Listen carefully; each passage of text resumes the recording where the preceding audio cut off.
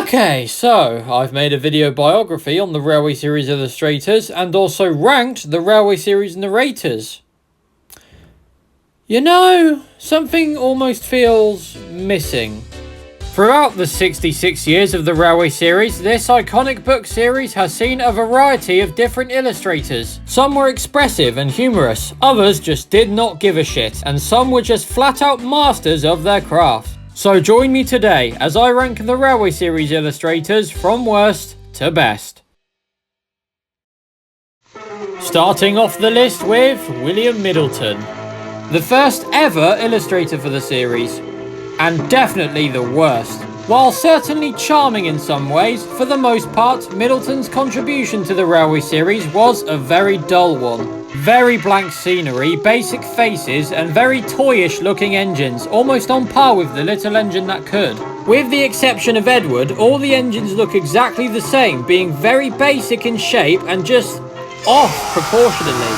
If you'd have asked me around a year ago what my thoughts were on William, I would have placed him a bit higher because of how charming his illustrations were. But when deciding to make this video, he ultimately sank for me. I'm actually struggling to think of anything else to say, there's so little to chew on. Lifeless is the word I would use to describe Middleton's work, and that's arguably the #1 thing you want to avoid when making any sort of art. As a whole, this art style hasn't aged too well, considering the first book was written in the 40s, and falls extremely flat in comparison to everyone else. It's no wonder Wilbert didn't have him back, because the first art for this book is overall very empty. William Middleton gets a 4 out of 10, a bit of a piss poor start to the series really. Moving on from Middleton is the infamous Clarence Reginald Dolby. While Dolby's work is undoubtedly a vast improvement from Middleton's, even going back and redrawing what he did, Reginald is known for being very inconsistent in regards to the engine's proportions. Despite giving us some iconic pieces in the Railway Series, he, for the majority of his time as illustrator, didn't really give a shit about accuracy, and this certainly left an impact on the end result. I'll give credit where credit's due though, Dolby does add a good chunk of life to his illustrations, even adding himself and his daughter in troublesome engines. But with everything good, there's always something bad. Almost any attempt at perspective ends up looking clunky and just overall wrong, and the more you look, the worse it gets. What happened to Edward's buffers? Why is James suddenly a 460? And Christ on ice, don't even get me started on Henry. While very unbothered and outright questionable Dolby was at times, he does admittedly shine in books like Henry the Green Engine or Toby the Tram Engine, and notably 4 Little Engines. But, as we know, Reginald didn't give a single shit about the franchise or Wilbert's want for accuracy, and this became his ultimate undoing, which led to the Reverend using him as a punching bag long after Dolby quit the series. C. Reginald Dolby, while iconic, left a lot to be desired, and gets a 6 out of 10. Just above him, we have Clive Spong. I've always seen Spong as an inverse to Dolby, who couldn't draw trains but excelled in scenery. Clive actually knew how to draw trains, and even though he only worked with the Reverend once, Wilbert has gone on record of saying, Clive Spong, I've got a great admiration for his pictures. Clive only ever illustrated Chris's books from 1983 to 2011, as well as a few spin-off titles in between. And although perspective is considerably worse than Dolby at times, he's overall pretty consistent, and he very clearly improves through time. The most common criticism people have with Spong is that all his faces look the same, the eyebrows in particular being the key reason for this point. And while he is very expressive, he doesn't do a very good job at distinguishing the characters. Most notably the fact that every character has the same fucking nose.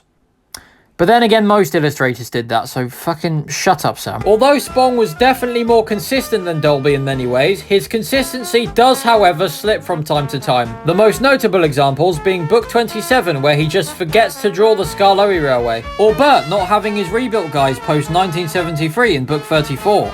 But as a whole, he was pretty good both inside and outside the Railway Series. A 6.5 out of 10.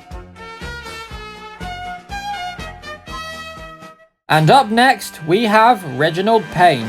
Payne took over from Middleton for Thomas's book, and honestly, it's a shame he couldn't stick around.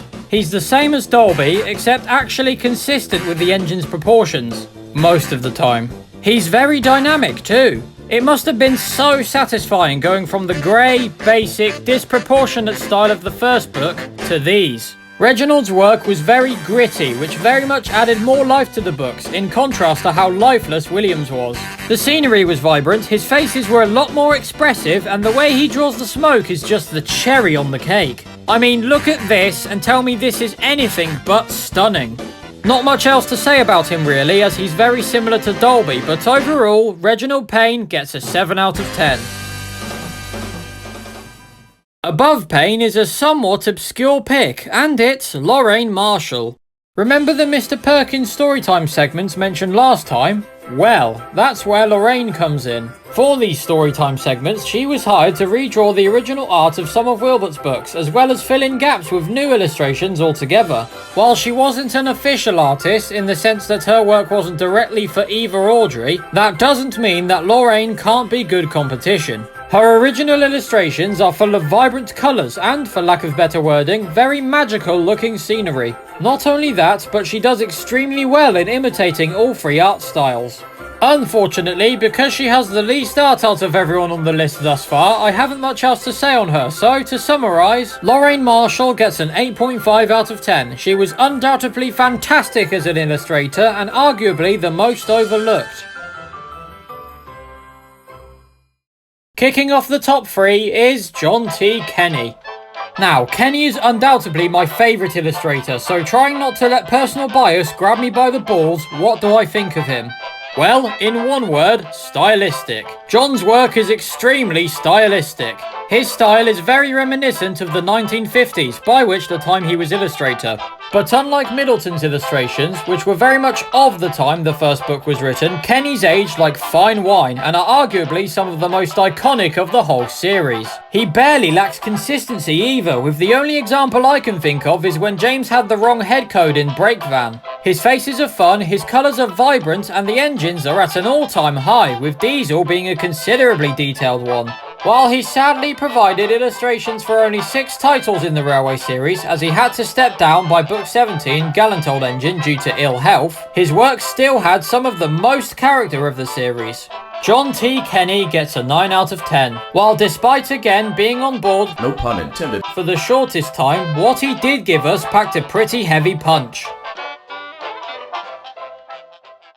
Just missing the #1 spot is Peter Edwards.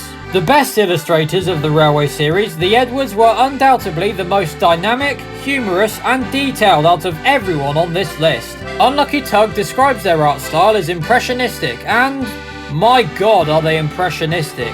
They look like real railway paintings, ignoring the fact the engines have faces of course. Peter excels in 2 other things, landscape and weather. The best examples can be found in mountain engines, mainline engines, enterprising engines, very old engines and tramway engines. Very old engines is particularly noteworthy for its humour, with this illustration being filled with flavour. Right, so we're going to... steam you, Scullery.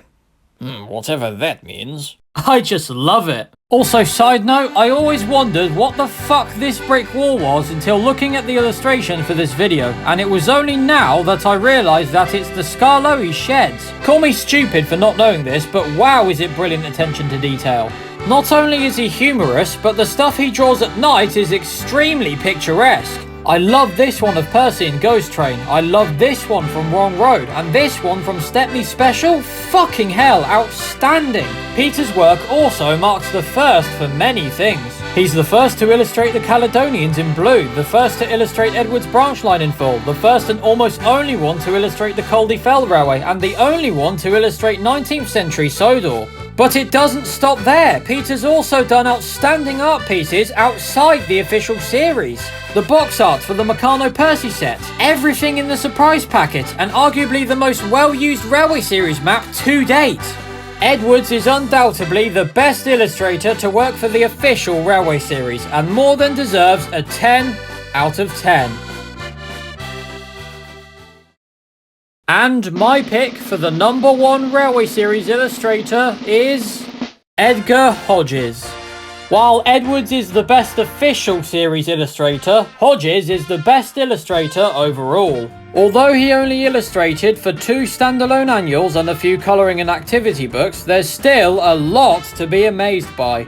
A large chunk of Edgar's work is essentially redraws of previous events, and while some might see this as lazy, I see it as very refreshing as it adds a new life to the original illustrations, especially considering previous artists. When it comes to his original artwork, every piece looks absolutely stunning, with this one being a noteworthy standout solely for the smoke.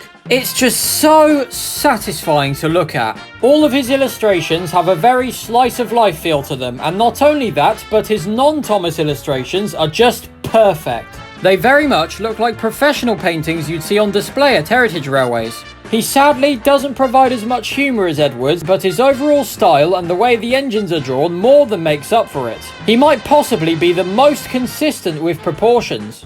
Edgar's overall art style has a very water-based look to it and gives off a lovely vintage feel, which is why I place him above Peter, as Edgar's work is more colourful and I just personally prefer it. Despite being illustrator long after Wilbert stopped writing the Railway series, Edgar Hodges definitely left a very high standard to the franchise and is without a doubt the best illustrator to work for the Reverend. A 10 out of 10 from me.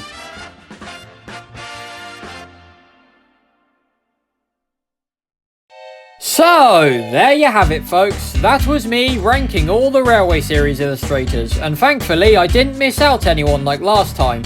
I hope you all enjoyed, and just like last time, be sure to share your rankings in the comments below. I always enjoy hearing what you guys have to say.